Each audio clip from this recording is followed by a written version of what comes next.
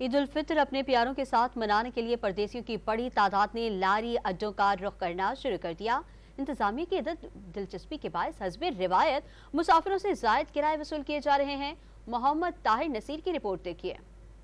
چھوٹی عید کا مزہ تو اپنے پیاروں کے ساتھ ہی آتا ہے، تاہم عید کا مزہ اس وقت کرکرا ہو جاتا ہے جب ٹرانسپورٹ مافیا آبائی علاقوں میں جانے والے پردیسیوں سے من مانے کرائے وصول کرتے ہیں۔